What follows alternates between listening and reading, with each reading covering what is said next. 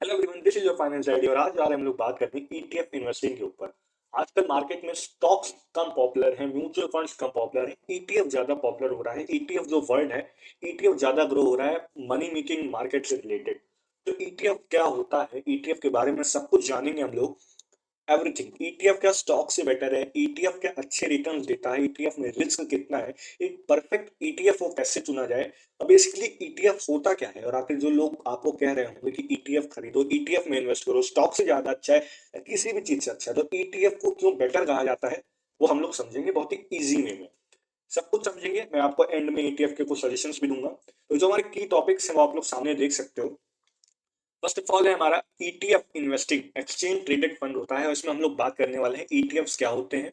उसके बाद हम लोग बात करने वाले हैं ईटीएफ आखिर स्टॉक से बेटर क्यों होता है। देन हम लोग बात करने वाले हैं हम लोग परफेक्ट ईटीएफ को चूज कैसे कर सकते हैं। ईटीएफ बहुत सारे होते हैं और ईटीएफ होता क्या वो समझेंगे तो हम लोग ये भी समझ जाएंगे ईटीएफ को चूज कैसे करें। देन हमारा क्वेश्चन आता है कौन सी ईटीएफ या स्टॉक्स में से अच्छे रिटर्न्स कौन ज्यादा देता है, तो किसमें इन्वेस्ट करना चाहिए। और रिटर्न्स तो हमारा मैटर करता ही है, साथ साथ जो चीज बहुत मैटर करती है वो हमारा कैपिटल सेव रहा है, यानी हाई रिस्क किसमें है, ईटीएफ में ज्यादा है कि स्टॉक्स में ज्यादा है। बाकी ईटीएफ के मैं कुछ सजेशंस दूंगा, बट मैं पहले बता दूं सजेशंस मैं दे रहा हूँ अच्छे ईटीएफ्स के, बट आप लोग अपनी रिसर्च और एनालिसिस करने के बाद ही उन ईटीएफ्स में इन्वेस्टमेंट करिएगा।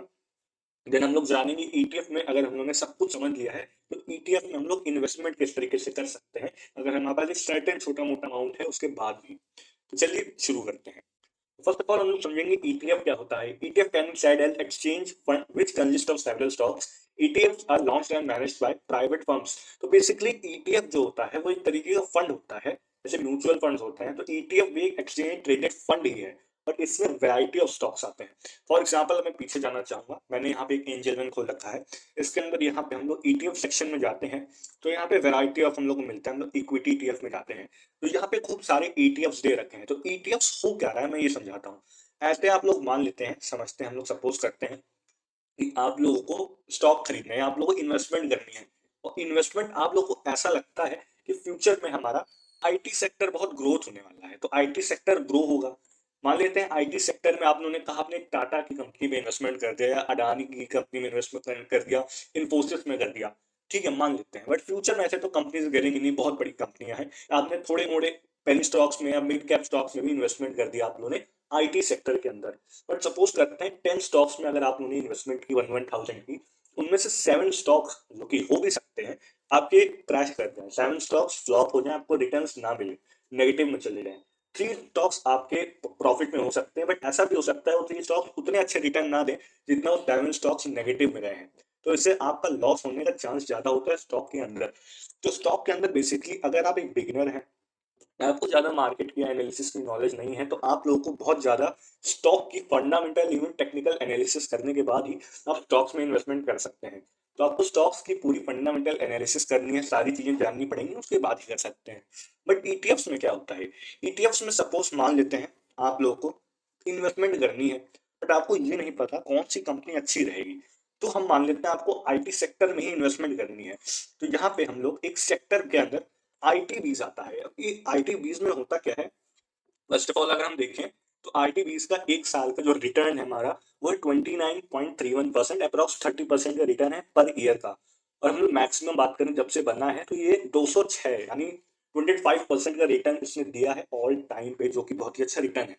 तो ईटीएफ में क्या होगा, अगर आप लोग स्टॉक्स में इन्वेस्टमेंट करते हैं, आप लोगों को ज्यादा नॉलेज नहीं है, तो आप लोग वो रिसर्चेस करेंगे, एनालिसिस करेंगे, हो सकता है आप अच्छी रिसर्च करें बट हो सकता है ना भी हो। बट ईटीएफ्स में मान लेते हैं आपको आईटी सेक्टर में इन्वेस्ट करना है, तो आईटी बीज आप बाय कर लेंगे, जिसके अंदर यहाँ पे लिखा हुआ है नंबर ऑफ स्टॉक्स। 10 स्टॉक्स आते हैं आईटी बीज के अंदर, 10 स्टॉक्स आते हैं। इसका ऑम यानी जितना मैनेज कर रहा है, जितना कैपिटल मैनेज कर रहा है, ये निपॉन इंडिया ईटीएफ कंपनी चलाती है, जो कि मैं बताऊंगा किसकी है। तो ये इतना फंड अभी मैनेज कर रही है, एक तरीके से म्यूचुअल फंड जैसे होता है ईटीएफ एक्सचेंज ट्रेडेड फंड्स होते हैं। तो ये जो फंड है इतना मनी मैनेज कर रही है। रिस्क हम लोग नहीं देखेंगे क्योंकि लॉन्ग टर्म पे रिस्क कम हो जाता है। बाकी फंड मैनेजर हम लोग एंजल वन में हिमांशु मंगो जी हैं। फंडेड ईयर जो फाउंडेड ईयर है, मतलब जिस साल फाउंड हुआ है 2020 है, तो 2020 से 2025 चल रहा है, अभी आज तारीख है 4 जनवरी 2025। तो इसने बीच में इसने टोटल 205% का रिटर्न दिया है, जो कि अच्छा रिटर्न है। इसके बाद बात करते हैं, तो अगर आप लोग मान लेते हैं आईटी बीज में इन्वेस्टमेंट करते हैं, तो आप लोग सिर्फ एक स्टॉक में नहीं इन्वेस्ट कर रहे हैं, यानी कोई एक कंपनी में इन्वेस्टमेंट नहीं कर रहे हैं। आप टोटल 10 कंपनीज में इन्वेस्ट कर रहे हैं और ये 10 कंपनीज आईटी कंपनीज होगी। इसमें से आप देख सकते हैं जो आपका फंड है वो 26% आपका जो कैपिटल है, मान लेते हैं आपने 1 लाख रुपए का ईटीएफ खरीदा, तो 26% आपका इन्फोसिस में जाएगा, 23% टीसीएस में जाएगा, देन 10% एचसीएल, टेक्मेटेक, महिंद्रा, विप्रो, परसिस्टेंट, कॉन्फिडेंट, सब में इतने स्टॉक्स में आपका जाएगा। इसके बाद बात करते हैं ईटीएफ कैसे ग्रो होता है। तो ईटीएफ की ग्रोथ की बात करें तो जैसे ये कंपनियां ग्रो होंगी, क्योंकि इन्फोसिस है, टीसीएस है, जितनी कंपनियां हैं, ये 10 कंपनियां जितनी ग्रो होती हैं वैसे ही आपका ईटीएफ भी बढ़ता है। सेम में मान लेते हैं आप लोग को आईटी सेक्टर में ना जाके आपको इन्वेस्टमेंट करनी है ठीक ठाक रिटर्न्स की, तो आप लोग निफ्टी बीस भी चुन सकते हैं। निफ्टी बीस के अंदर, निफ्टी बीस का अगर हम लोग रिटर्न देखें तो एक साल में 12% का रिटर्न है। तो निफ्टी बीस में हम लोग को जितनी भी निफ्टी की 50 कंपनियां होती हैं, टॉप 50 निफ्टी कंपनीज, उसमें इन्वेस्टमेंट मिलता है। यानी देश की 50 सबसे बड़ी कंपनीज में आप इन्वेस्ट कर सकते हैं। यानी अगर आप एक एक करके स्टॉक्स में ना इन्वेस्टमेंट करना चाहें तो आप ईटीएफ खरीद के एक ही साथ पूरी निफ्टी की कंपनीज में इन्वेस्टमेंट कर सकते हैं। जैसे 50 कंपनियां बढ़ेंगी वैसे ही आपका ईटीएफ भी बढ़ेगा। आई होप आप लोग समझ गए होंगे कि ईटीएफ क्या होता है और ईटीएफ क्यों आखिर सेवरल स्टॉक्स कंसिस्ट करता है। आईपीबी में 10 स्टॉक्स हैं, आप उन ईटीएफ को खरीद के उन 10 स्टॉक्स को एक तरीके से बाय कर रहे हैं, ठीक है। ईटीएफ का launch and manage by private firm, जैसा मैंने दिखाया था, निप्पॉन इंडिया नाम का है, ऐसे मोतीलाल ओसवाल करते हैं, एचडीएफसी करता है, और भी बहुत सारे, कोटक है, बहुत सारे प्राइवेट फर्म्स एंड बैंक्स हैं जो कि अपने अपने अपने ईटीएफ चलाते रहते हैं। इसके बाद अगले पे आते हैं हम लोग, ईटीएफ आपके स्टॉक से बेटर क्यों है। तो ETF, sorry, ETF consists less risk than stocks. ETF can be considered more better in comparison to FPL and some mutual funds. ETFs आखिर लेस रिस्की क्यों है स्टॉक से, ये हम लोग अभी बात करेंगे। बट अभी हम लोग बात करते हैं ETF स्टॉक से बेटर ही है, क्योंकि स्टॉक्स के अंदर आप किसी एक पर्टिकुलर कंपनी पे बेट लगा रहे हैं। बेट से मतलब एनालिसिस कर रहे हैं, उसके बाद आप किसी एक कंपनी के ऊपर पैसा लगा रहे हैं, तो हो सकता है वो कंपनी बढ़े या हो सकता है ना बढ़े, तो अपना कैपिटल रिस्क हो रहा है। बट आईटी कोई भी बीज लेते हैं या पीटीएफ लेते हैं तो मल्टीपल कंपनीज के ऊपर पैसा लगाते हैं, और मल्टीपल कंपनीज वो भी देश की सबसे बड़ी कंपनीज ही होती हैं, तो इसलिए ईटीएफ स्टॉक से बेटर है। और बाकी ईटीएफ का जो रिटर्न है आप लोगों ने जैसा देखा, पर ईयर का ही मैं रिटर्न अगर दिखाऊं तो निफ्टी 20 का ही ले लेते हैं हम लोग, या कोई और उठाते हैं लोग। जैसे मैं आपको, let me show you, okay, मैं आपको फार्मा 20 का दिखाता हूँ। फार्मा बीस का हमारा एक साल का रिटर्न टोटल 35% का है, एंड 2021 में फाउंड हुआ है, तो 3 साल में से टोटल अभी तक 65% तक का रिटर्न दिया, ये भी निपॉन इंडिया ही कॉपरेट करता है, यानी चलाता है। तो ईटीएफ म्यूचुअल फंड्स और एफडीज से भी ज्यादा अच्छे रिटर्न देते हैं कभी कभी क्या, maximum time if we say. Then how to choose a perfect ETF. अब एक क्वेश्चन आता है, हम लोगों ने ये जान लिया ईटीएफ क्या होता है, ईटीएफ के रिटर्न्स एफडीज से अच्छे हैं, इवन म्यूचुअल फंड से भी अच्छे हैं, ठीक है। तो ईटीएफ, अच्छे ईटीएफ चुने कैसे जाए, तो आपको करना क्या है, आप लोगों को जैसे मान लेते हैं आईटी बीज है सपोज, या हम लोग इस बार बैंक बीज ले लेते हैं, तो बैंक बीज के अंदर जितनी भी बैंक की कंपनीज हैं, बैंक वाली, उसमें इन्वेस्टमेंट होता है। यानी आप एक पर्टिकुलर एचडीएफसी, कोटक के, एसबीआई में नहीं, आप बैंक बीज खरीद लेंगे, और जैसे जितने बैंक्स हैं टोटल यहाँ देख सकते हैं 12 बैंक्स दे रखे हैं, तो जितने भी 12 बैंक्स हैं, HDFC, ICI, SBI, Kotak, axis, Indus, जितने भी हैं, जैसे ही बैंक्स बढ़ेंगे वैसे ही आपका ईटीएफ बढ़ेगा और आपका मनी बढ़ेगा। बैंक भी इसकी बात करें तो इसने एक साल में तकरीबन 7% का रिटर्न दिया है, क्योंकि इस साल थोड़ा मार्केट डाउन रहा होगा बैंक का, बट इसने मैक्सिमम में बात करें, ये 2004 में फाउंड हुआ है, और पिछले 5 साल में बात करें तो इसने 60% का रिटर्न दिया है, ठीक है। बैंक में मान लेते हैं आप लोग, बैंक में तो आईटी फार्मा मान लेते हैं सपोज, फार्मा बीज में अच्छे रिटर्न है, फार्मा बीज, क्योंकि फार्मा का मतलब आने वाले टाइम पे स्कोप भी ज्यादा है। तो फार्मा जो बीज है हमारा, उसने टोटल 35% का रिटर्न दिया है। तो हमें जानना है कि फार्मा बीज में इन्वेस्टमेंट करना सही है कि नहीं। तो आपको करना क्या पड़ेगा, आपको सबसे पहले चेक करना है इसमें कितने स्टॉक्स हैं, उसके बाद ऑम चेक करना है, ठीक है, ऑम भी अच्छा है। उसके बाद जो सबसे बड़ी चीज है, आपको आना है, आपको एंजल वन का ही अकाउंट खोलना है। एंजल वन में ईटीएफ थोड़े अच्छे से दिखाए गए हैं, तो आपको इसमें आना है। इसमें जितनी भी टॉप लिस्टेड कंपनीज हैं जिनमें इस ईटीएफ के फंड मैनेजर ने इन्वेस्ट कर रखा है, सन फार्मा, सिप्ला, ल्यूपिन, ऑटो फार्मी, साइन लाइफ, जितनी भी हैं, उन सबको एक एक करके आपको एनालिसिस करना है। एनालिसिस कैसे करना है, आपको स्क्रीनर डॉट इन वेबसाइट पे जाना है। स्क्रीनर डॉट इन पे जा जाके आप लोगों को एक एक स्टॉक सर्च करना है। सन फार्मा जैसा है तो आपको एक एक स्टॉक को सर्च करना है। एक एक स्टॉक सर्च करने के बाद आप लोग उसकी जितने भी डिटेल्स है, मैं आपको एक वीडियो की लिंक इन डिस्क्रिप्शन दे दूंगा। उस वीडियो के थ्रू आप ये भी सीख जाएंगे कि आखिर एक स्टॉक की फंडामेंटल एनालिसिस कैसे की जाती है। तो आप इन सारे स्टॉक्स की फंडामेंटल एनालिसिस करेंगे, उसके बाद देखेंगे, मान लेते हैं इनमें से अगर टोटल कितने 20 स्टॉक्स हैं, तो 20 में से 18 स्टॉक प्रॉफिटेबल हैं, उनका फंडामेंटल्स अच्छे हैं, इसका मतलब ईटीएफ आने वाले टाइम पे बहुत ही अच्छे रिटर्न्स देगा। सेकंड चीज जो आप लोगों को देखनी है ईटीएफ में इन्वेस्टमेंट करने से पहले कि ईटीएफ की आने वाले टाइम पे डिमांड कितनी ज्यादा होने वाली है। वैसे हम लोग बात करें इस समय वॉर के सीजन बहुत ज्यादा है, वॉर्स बहुत हो रही है, तो वॉर्स के लिए जो डिफेंस हमारा जो है डिफेंस बीज है, डिफेंस रिलेटेड जो ईटीएफ्स हैं वो ग्रोथ कर सकते हैं, उसमें मतलब पैसा लगाए जा सकते हैं, हथियार की कंपनियां बनाती हैं तो वॉर रिलेटेड वर्क कर रही है। वहीं पर हम लोग बैंक्स की बात करें, ऑयल की बात करें तो थोड़ा कम होता जा रहा है ड्यू टू वॉर, तो उसमें इन्वेस्टमेंट करना शायद थोड़ा नेगेटिव हो सकता है। इसी तरीके से फार्मा आने वाले टाइम पे बहुत अच्छी ग्रोथ दिखा सकती है, तो हम लोग उसमें भी इन्वेस्टमेंट कर सकते हैं। तो इस तरीके से आप लोग अपने रिसर्च करेंगे, एक एक स्टॉक उठा के उसको स्क्रीनर डॉट इन पे मैंने लिंक इन डिस्क्रिप्शन दे रखा है कैसे फंडामेंटल एनालिसिस करनी है, उसी तरीके से आप लोग एक एक स्टॉक्स की फंडामेंटल एनालिसिस करेंगे। उसके बाद अगर मैक्सिमम स्टॉक्स आपके अच्छे रिटर्न्स अच्छे फंडामेंटल्स के साथ होंगे तो आप वो ईटीएफ खरीद सकते हैं। ओके, इसके बाद हम लोग बात करते हैं नेक्स्ट टॉपिक पे।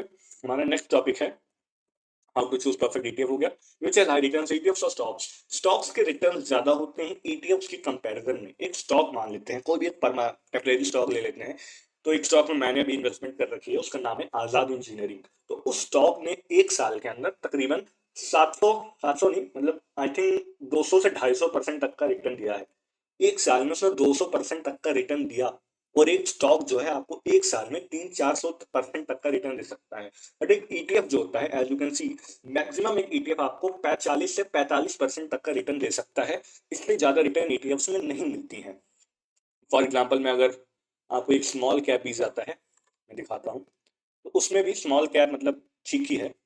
स्मॉल कैप निफ्टी बीज, बैंक बीज, जूनियर बीज, सेंसेक्स बीज, आई होप सो मुझे मिल जाना चाहिए। एचडीएफसी गोल्ड, गोल्ड बीज, आईटी बीज। ओके, मुझे स्मॉल कैप बीज मिल नहीं रहा है, मैंने आपको मिड कैप बीज दिखाया, तो इसमें 25% तक की रिटर्न है, मैक्सिमम 45% तक की रिटर्न मिलती है। बट स्टॉक के अंदर आप लोग पा सकते हैं अनलिमिटेड रिटर्न्स। मान लो एक स्टॉक अभी लिस्ट हुआ है आईपीओ के बाद, तो वो मान लेते हैं 30 रुपए का है, तो एक साल के अंदर 30 से 200 भी आ सकता है, तो बहुत बढ़िया रिटर्न स्टॉक्स में मिलते हैं। और उसके बाद एक और फैक्टर आता है जो कि रिस्क ज्यादा किसमें है, ईटीएफ्स में ज्यादा रिस्क है, स्टॉक्स में ज्यादा रिस्क है।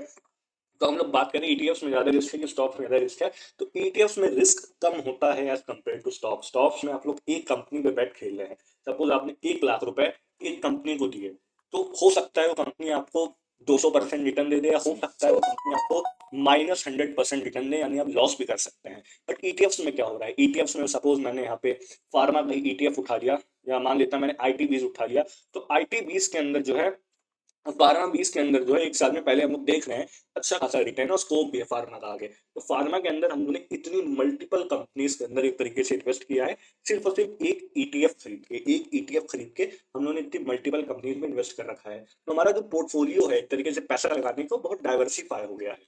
ठीक है, तो ये चीज है, इसलिए हमारा ईटीएफ जो है स्टॉक से कम रिस्की होता है एज कम्पेयर टू स्टॉक्स। बाकी बात करते हैं ईटीएफ सजेशंस की, तो मैं आपको कुछ ईटीएफ सजेस्ट करूंगा, बट मैं एक चीज कहना चाहूंगा, ये सजेशंस हैं, तो सबसे पहले आप अपनी रिसर्च करें, अपनी ओन एनालिसिस करें उन ईटीएफ्स की, उसके बाद ही उन ईटीएफ्स में आप लोग इन्वेस्टमेंट करिएगा। मैं दोबारा कह रहा हूँ, अपनी रिसर्च और अपने एनालिसिस के बाद ही ईटीएफ्स में पैसा लगाइएगा, उससे पहले कोई भी सजेशन सुन के ईटीएफ्स में इन्वेस्टमेंट नहीं करिएगा। बाकी मैं अपनी सजेशंस जरूर दूंगा जो कि मैं सोचता हूँ। सो लेट्स सी, जो मैंने अपने टॉप ईटीएफ्स रखे हुए हैं, आप लोग सबसे पहले सेंसेक्स 20 पे लगा सकते हैं पैसा। सेंसेक्स 20 का अगर हम जो रिटर्न देखें 12 मंथ्स का, 2000 ओके 1 जनवरी से, इट्स ओके 1 जनवरी, ठीक है। तो अगर हम लोग सेंसेक्स 20 का रिटर्न देखते हैं, हम लोग ओवरव्यू में जाते हैं, तो सेंसेक्स 20 बेसिकली जो इंडिया की टॉप 30 कंपनीज हैं उसमें पैसा लग रहा है आपका, मतलब वो ईटीएफ इंडिया के टॉप 30 कंपनीज का है।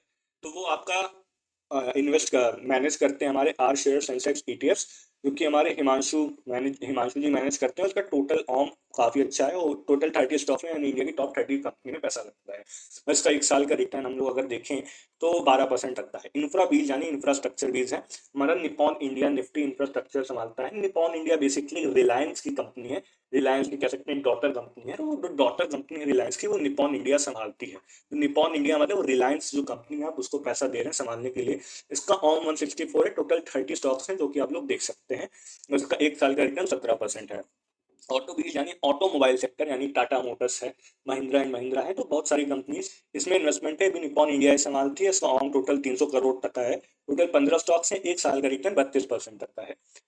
मिड 150 की बात करें, टोटल 150 कंपनियों में, जो कि मिड कैप कंपनीज है, इसमें पैसा लगता है। इसमें जियो फाइनेंशियल है, भारत इलेक्ट्रॉनिक्स लिमिटेड है, एचएएल है, बहुत सारी कंपनीज हैं, जो कि 150 कंपनियां हैं जो कि यहाँ पे लिस्टेड है। आप लोग एंजल वन में जाकर देख सकते हैं। इसको भी निप्पॉन इंडिया ही मैनेज करता है। इसका टोटल यानी मैनेजिंग अमाउंट जो है 1874 करोड़ है। टोटल 149 यानी 150 स्टॉक्स हैं। एक साल का रिटर्न 24% तक का है, जो कि अच्छा है। निफ्टी बीस की बात करें तो निफ्टी बीस हमारी इंडिया की जो टॉप 50 सबसे बड़ी कंपनीज है उनमें इन्वेस्टमेंट होता है। अभी निप्पॉन इंडिया का ही है और ये 37,00,000 करोड़ यानी 36,000 करोड़ तक का इनका इन्वेस्टमेंट है। टोटल 50 स्टॉक्स हैं, इंडिया की टॉप 50 सबसे बड़ी कंपनियां हैं। और इसमें पर ईयर हमारा 13 यानी 12% तक का रिटर्न है। फार्मा बीज की बात करें, जो कि मेरा पर्सनल फेवरेट में मुझे लगता है, फार्मा बीज निप्पॉन इंडिया का है। इसको टोटल 840 करोड़ रुपए संभाले आ रहे हैं। टोटल 20 स्टॉक्स हैं, जो कि फार्मा आने वाले टाइम पे काफी ज्यादा अच्छे रिटर्न दे सकता है, क्योंकि फार्मा की जरूरत पड़ने वाली है। बाकी अपनी एनालिसिस जरूर करिएगा। ओके, इसका एक साल का रिटर्न 35% तक का है। उसके बाद मिड कैप की बात करते हैं तो मिड कैप का एक साल का रिटर्न 24% है। उसमें भी 150 स्टॉक्स आते हैं। टोटल 940 करोड़ का फॉर्म है। इसको मिराई एसेट फंड जो है मैनेज करता है। ठीक है, इसके बाद आईटीबीस की बात करते हैं, निप्पॉन इंडिया का ही है। इसका आप देख सकते हैं 2,626 करोड़ है। टोटल 10 स्टॉक्स आते हैं, जिसमें इन्फोसिस, टाटा और भी बहुत सारी कंपनीज आती हैं। एक साल का रिटर्न टोटल 30% तक है। बैंक बीज में टोटल देश के जितने बड़े बड़े बैंक्स हैं, टोटल 12 बैंक्स, उसमें इन्वेस्टमेंट होती है। ईटीएफ अगर आप लोग बाय करते हैं तो निप्पॉन इंडिया का ही है। ये 7,483 करोड़, एक साल का हमारा रिटर्न 7% तक का है। जूनियर बीज आजकल काफी ट्रेंडिंग में, आप लोगों ने सुना होगा। जूनियर बीज होता क्या है ये भी मैं समझाता हूँ। जूनियर बीज जो अंदाजा होता है, जैसे निफ्टी चेंज होता रहता है, निफ्टी की जो टॉप 5 कंपनीज हैं वो चेंज होती रहती हैं, तो जूनियर बीज वो कंपनीज हैं जो कि एक्सपेक्टेड है कि अगली निफ्टी 50 में जुड़ने वाली है। तो जूनियर बीज मतलब निफ्टी 50 का जूनियर वर्जन, जो 50 कंपनियां जो कि एक्सपेक्टेड है कि आने वाले टाइम पे निफ्टी 50 में जुड़ सकती हैं, तो वो होती हैं जूनियर बीज। तो उसका भी रिटर्न काफी अच्छा है, एक साल का 30%, 28% तक का रिटर्न है। निप्पॉन इंडिया इसको मैनेज करती है। टोटल हम 5,500 करोड़ तक का है, 5,500 करोड़ का। गोल्ड बीज की बात करते हैं। गोल्ड बीज सबसे अच्छा इन्वेस्टमेंट और सेफेस्ट इन्वेस्टमेंट कह सकते हैं हम लोग एटीएफ्स में है, क्योंकि गोल्ड बीज जो होता है, हमारा गोल्ड का अमाउंट बढ़ता ही रहता है। तो गोल्ड हमारा बहुत कम चांस होता है गिरने का, जब तक कोई बहुत ही बड़ी वॉर या कुछ ना हो जाए। तो इसे भी निप्पॉन इंडिया ही संभालता है। नंबर ऑफ स्टॉक जीरो दिखाई कि गोल्ड में इन्वेस्टमेंट है। टोटल 15,185 करोड़ का ऑन है। ओके, एचडीएफसी गोल्ड में हमारा गोल्ड में इन्वेस्टमेंट करता है। एचडीएफसी निप्पॉन दोनों सेम ही रिटर्न है। 23% तक का है। गोल्ड बीज में हमारा वही 22% तक का है, सेम रिटर्न है। तो ऊपर से ऑम हमारा 6,000 है और एच डी एफ सी हमारा वो करता है सेम ही है। तो हमने सजेशन दे दिया, फिर ईटीएफ में कौन सा है। बाकी आप लोग अपनी रिसर्च एनालिसिस ईटीएफ की जरूर करिएगा। कोई भी कंपनी में मान लीजिए ऑटो बीज में कर रहे हैं, तो जो भी इसके 15 स्टॉक्स हैं उसकी एक एक रिसर्च करिएगा, फंडामेंटल एनालिसिस करिएगा। लिंक इन डिस्क्रिप्शन है, जिससे आप लोग सीख जाएंगे किस तरह फंडामेंटल एनालिसिस की जाती है। ठीक है, तो ये कुछ सजेशन है, आप चाहे स्क्रीनशॉट लेके भी रख सकते हैं। बाकी हम लोग बात करते हैं नेक्स्ट टॉपिक की। हमारा नेक्स्ट टॉपिक है how to invest in ETF. तो सिंपल है, मैंने लिंक इन डिस्क्रिप्शन दे रखा है एंजल वन ऐप का। Angel One app link in description है। आप लोग को उस वेबसाइट के ऐप डाउनलोड कर सकते हैं, वेबसाइट पे भी जाना है। आप लोग को उसमें अपना पोर्टफोलियो बनवाना है ना। आपको आधार कार्ड चाहिए होगा, एक पैन कार्ड चाहिए होगा। आपको अपना केवाईसी कराना है। आपकी एज लिमिट 18 से ऊपर होनी चाहिए। केवाईसी बहुत ही इजीली और फ्री में हो जाता है। केवाईसी करवाने के बाद आप लोग सिंपल ईटीएफ में आके ईटीएफ में जाएंगे, एनएससी इक्विटी में जाएंगे, और आपको जो भी ईटीएफ आपको पसंद है, सपोज आपको फार्मा ईटीएफ खरीदना है, जैसे आप स्टॉक सिंपली बाय करते हैं, तो आप यहाँ पे बाय करके सीधा सीधा बाय कर सकते हैं, यानी खरीद सकते हैं। सीधा तरीका है, कोई ज्यादा मुश्किल तरीका नहीं है। तो इस तरीके से खरीद सकते हो। मैं एंजल वन इससे रिकमेंड कर रहा हूँ क्योंकि एंजल वन जो ऐप है हमारा, वो थोड़ा बेटर है। मतलब ईटीएफ के मामले में, जैसे म्यूचुअल फंड के मामले में हमारा दो ऐप बेटर है, वैसे ईटीएफ के मामले में मुझे एंजल वन ज्यादा लगता है। बाकी इनके चार्जेस भी कम है और बेटर है। तो हमने आई थिंक सारे क्वेश्चंस के जवाब दे दिए हैं कि ईटीएफ क्या होता है। एक्सचेंज ट्रेडेड फंड, जो कि नंबर ऑफ स्टॉक्स का ग्रुप होता है। तो ईटीएफ में इन्वेस्टमेंट किया सकती है। ईटीएफ प्राइवेट फंड्स के द्वारा मैनेज किया जाता है। ईटीएफ बेटर है स्टॉक से। एफडी एंड म्यूचुअल फंड से कभी कभी ज्यादा रिटर्न देता है। म्यूचुअल फंड से ज्यादा रिटर्न मेरा तब मैं कह रहा हूँ जब आप अच्छे से मार्केट में समझते हैं, जब आप अपनी रिसर्च एनालिसिस कर लेंगे, उसके बाद ही ईटीएफ में लगाइएगा, वरना म्यूचुअल फंड भी ठीक है। उसके बाद कहते हैं how to choose a profit ETF. मैंने आपको समझाया, एनालिसिस करनी है कंपनीज की फंडामेंटल स्क्रीनर.इन पे। उसके बाद स्टॉक्स है, किसका अच्छे रिटर्न है, जो स्टॉक्स के रिटर्न ज्यादा अच्छे होते हैं। उसके बाद हमें रिस्क की बात करें तो ईटीएफ में कम रिस्क है। ईटीएफ सजेशंस मैंने आपको दे दिए हैं। अपनी एनालिसिस, अपनी रिसर्च के बाद ही उनमें इन्वेस्ट करिएगा। Invest in ETF angel One app, link in description है। वहां से आपको लॉग इन करना है, केवाईसी करानी है, पोर्टफोलियो बनाना है, सीधा आपको जाके यहाँ पे इन्वेस्ट करके बाय कर लेना है। सो आज के इस वाली वीडियो में इतना ही रखना चाहेंगे। आई होप आप लोग ईटीएफ समझ गए होंगे। ये वीडियो काफ़ी दिनों बाद आ रही है, मैंने बीच में मतलब बहुत लंबा गैप कर दिया, मैंने छोड़ दिया था इस चैनल को, बट अब मैंने वापस से कंटिन्यू कर दिया investing, trading and finance related videos बनाना। तो आई होप आप लोग को ईटीएफ इन्वेस्टिंग समझ आ गई होगी। कोई डाउट रह गया होगा तो कमेंट डाउन नीचे कमेंट कर दीजिएगा, मैं नेक्स्ट आने वाली वीडियोस में उन डाउट्स को क्लियर कर दूंगा रिगार्डिंग ईटीएफ्स। बाकी आज के इस वाली वीडियो में इतना ही। अगर वीडियो एजुकेशनल लगी हो, आप लोग समझे हो, तो वीडियो को लाइक कर दीजिएगा। बाकी चैनल को सब्सक्राइब कर लीजिएगा ऐसे और financial and market related videos के लिए। आने वाले टाइम में हम लोग और भी वीडियोस बनाएंगे। So thanks for watching. I will meet you next time. Thank you.